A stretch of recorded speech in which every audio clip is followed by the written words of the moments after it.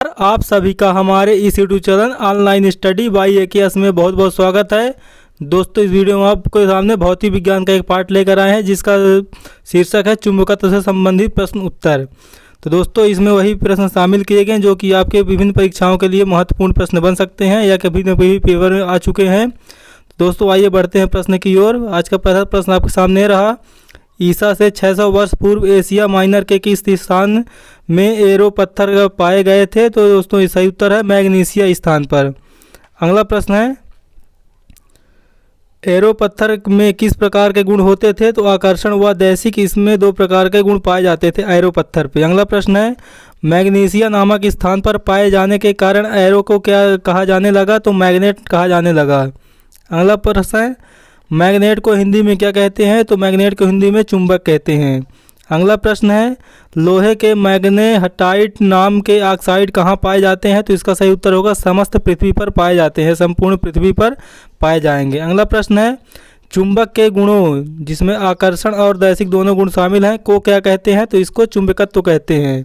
अगला प्रश्न है, चुंबक के किनारे के दोनों सिरे क्या कहलाते हैं? तो इसका सही उत्तर है चुंबक के ध्रुव कहलाते हैं।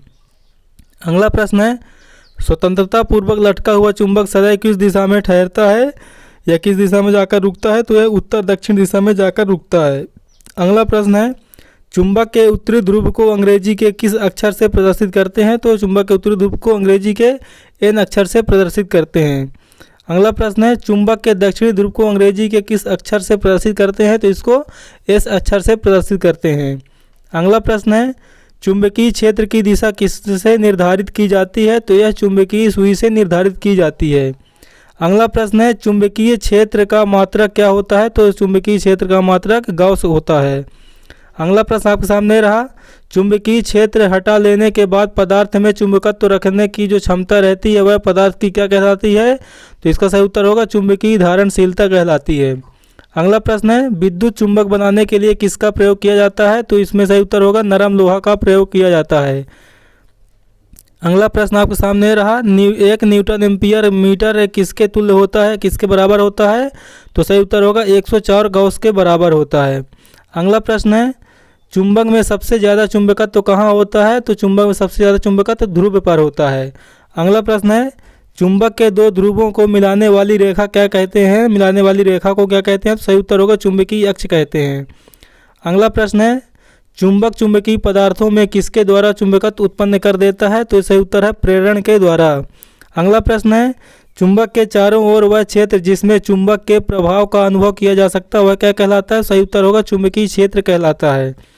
अगला प्रश्न है, चुंबकीय क्षेत्र की तीव्रता किस प्रकार की राशि है? तो इसका सही उत्तर होगा सदिश राशि। अगला प्रश्न है, चुंबकीय क्षेत्र की तीव्रता का मात्रक क्या होता है या क्या है? तो इसका सही उत्तर होगा न्यूटन प्रति एम्पियर मीटर या वेबर प्रति मीटर स्क्वायर या टेस्ला, जिसको टी से प्रतिरूपित करते हैं। अगला प्रश्न है, वे काल्पनिक रेखाएं क्या कहलाती हैं जो उस स्थान में चुंबकीय क्षेत्र की दिशा का अविरत प्रदर्शन करते हैं? तो इसका सही उत्तर होगा चुंबकीय बल रेखाएं कहलाती हैं। अगला प्रश्न है, वे पदार्थ जो चुंबकीय क्षेत्र में रखे जाने पर क्षेत्र की विपरीत दिशा में चुंबकित हो जाते हैं क्या कहलाते हैं? तो इसका सही उत्तर है प्रतिचुंबकीय पदार्थ है।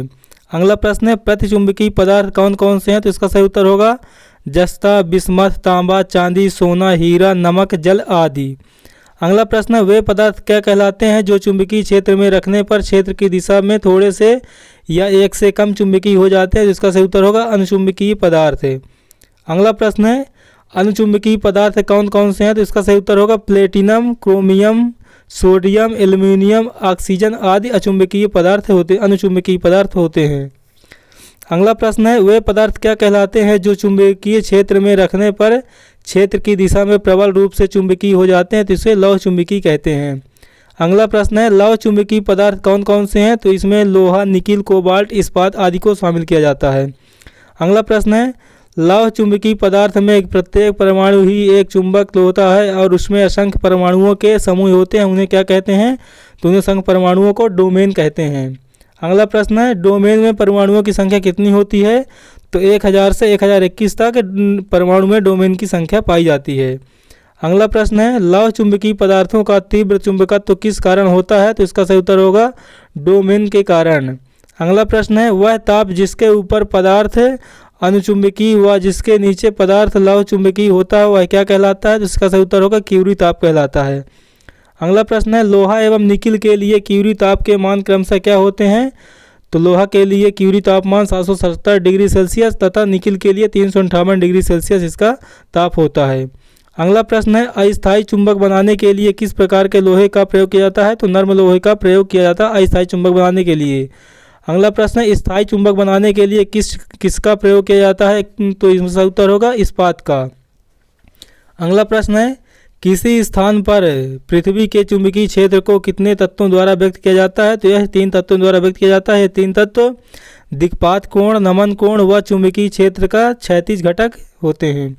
अगला प्रश्न किसी स्थान पर भौगोलिक अम्योत्तर तथा चुंबकीय अम्योत्तर के बीच के कोण को क्या कहते हैं? सही उत्तर होगा दिक्पात कोण कहते हैं। अगला प्रश्न है किसी स्थान पर पृथ्वी का संपूर्ण चुंबकीय क्षैतिज तल के साथ जितना कोण बनाता है उसे क्या कहते हैं? उस स्थान को क्या कहते हैं? तो इसका सही उत्तर होगा नमन कोण उस स्थान को कहते हैं। अगला प्रश्न है पृथ्वी के ध्रुव तथा विषुवत रेखा पर क्रमशः नमन कोण का मान कितना होता है? तो ध्रुव पर होगा 90 डिग्री तथा विषुवत पर होगा 0 डिग्री। अगला प्रश्न चुंबकीय प्रेरण की खोज किसने की थी? तो इसका सही उत्तर होगा फ्लेमिंग ने। अगला प्रश्न है एक चौक कुंडली का क्या कार्य है? तो इसका कार्य है प्रत्यावर्ती धारा का मान कम करना।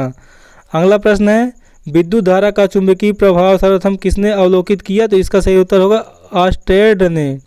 अगला प्रश्न है किसी चुंबकीय धारा को विचुंबकीय कैसे किया जा सकता है? तो इसका सही उत्तर होगा हथौड़े से पीटकर या गर्म करके। अगला प्रश्न है चुंबकीय सुई किस दिशा में संकेत करती है? तो यह उत्तर दिशा में संकेत करती है। अगला प्रश्न है लेंज का नियम किसका नियम है? तो यह ऊर्जा संरक्षण का नियम है जिसे लेंज का नियम कहते हैं। अगला प्रश्न पृथ्वी के चुंबक का उत्तरी ध्रुव किस दिशा में होता है? तो इसका सही उत्तर होगा दक्षिणी दिशा में। अगला प्रश्न है वह क्रिया जिसके द्वारा धातु को अचुंबकीय बनाया जाता है क्या कहलाती है? तो इसे डीग्रीसिंग कहते हैं। अगला प्रश्न है मुक्त धारा से लटकी हुई चुंबकीय सुई का अक्ष भौगोलिक अक्ष के साथ कितना कोण बनाता है? जिसका सही उत्तर होगा 18 डिग्री का कोण बनाता है। अगला प्रश्न है किस ताप पर लौह चुंबकीय पदार्थ अनुचुंबकीय पदार्थ में बदल जाता है? तो इसका जब ताप होता है क्यूरी ताप। अगला प्रश्न है पृथ्वी का चुंबकीय गुण उसके अंदर स्थित एक बहुत बड़े चुंबक के कारण होता है किस वैज्ञानिक ने बताया था? इसे विलियम गिलबर्ट ने बताया था। यह दोस्तों एक भूविज्ञानी वैज्ञानिक थे। अगला प्रश्न है किस भूविज्ञानी के अनुसार पृथ्वी का चुंबकत्व इसके चारों ओर बहने वाली विद्युत धाराओं के कारण होता है? तो इसका सही उत्तर है ग्रोवर। अगला दोस्तों हमारा ये वीडियो का दोस्तों अंतिम प्रश्न आपके सामने रहा। तो दोस्तों वीडियो आपको कैसा लगा आप हमें कमेंट बॉक्स में बताएं।